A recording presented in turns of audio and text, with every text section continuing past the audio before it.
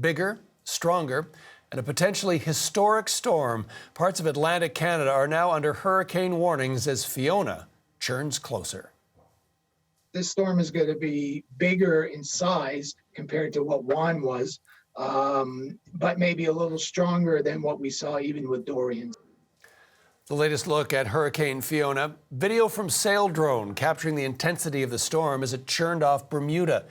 The U.S. National Hurricane Center says the waves peaked at 15 meters high. The winds clocked at 161 kilometers an hour.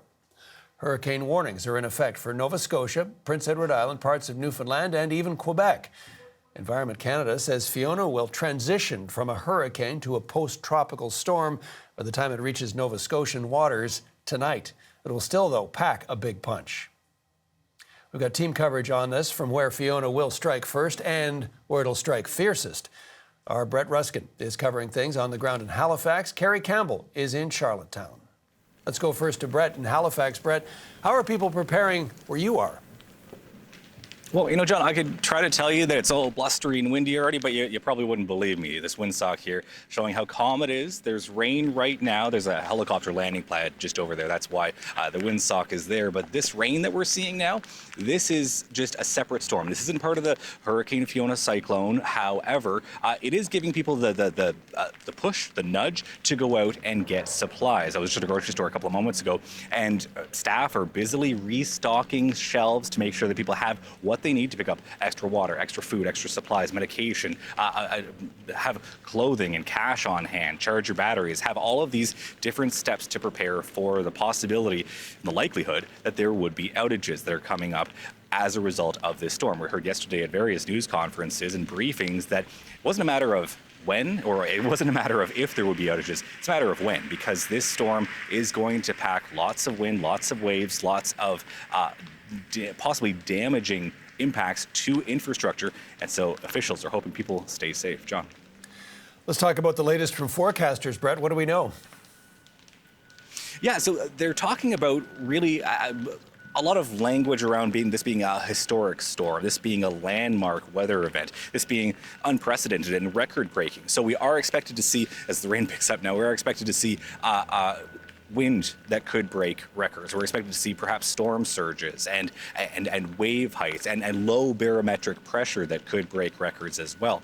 Here is the Halifax Mayor Mike Savage talking about the preparation and the details of Hurricane Fiona as the storm continues to approach.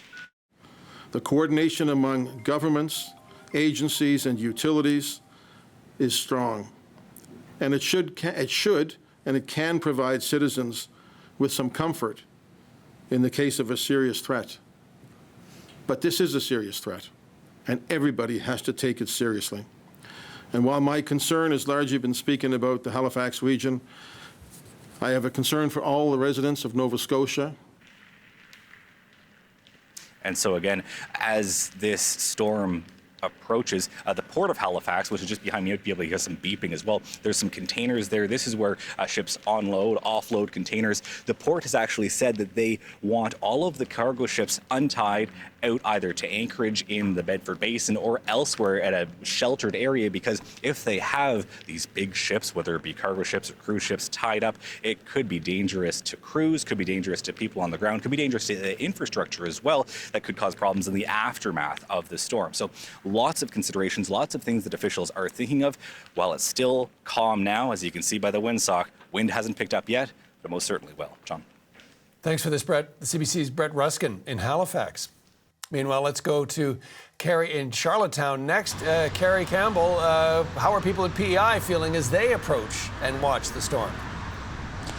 Well, you know, John, Islanders are used to hunkering down in hurricane season. We go through this most years, but just as you've been hearing this morning, the tone of the warnings has been something different from what we're used to. So on Wednesday, officials told Islanders to be ready for something on the same level as Hurricane Juan, which is kind of the mother of all storms in PEI history. It happened in 2003. People are still talking about Juan. But then yesterday we were told this is going to be bigger than Juan, potentially more destructive, like something that we've never seen before.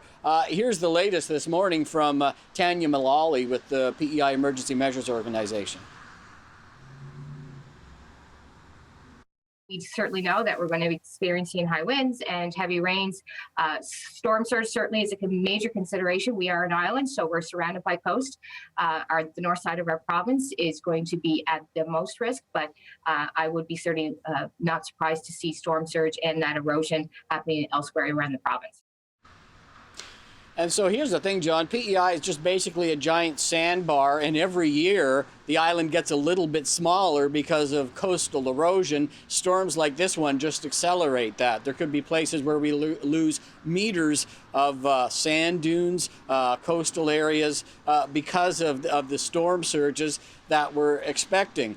In terms of preparations that are underway right now, I mean, there's not much we can do about that, but there has been an emergency shelter set up here in Charlottetown.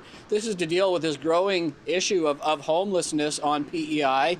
Dozens of islanders this summer who've been living in tents in various encampments. We've had companies going around dropping off oxygen bottles for people who rely on electrical breathing machines, people with conditions like COPD. We're getting ready for the power to go out, so these oxygen bottles could keep those people going without power for a day or two.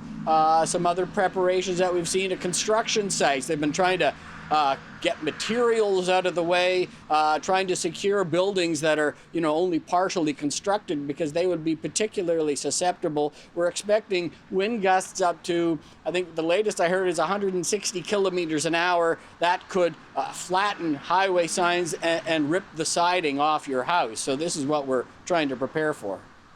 Carrie, your analogy there to PEI being a giant sandbar certainly focuses the mind on the jeopardy that residents could be in. What are the concerns around whether the island could be cut off?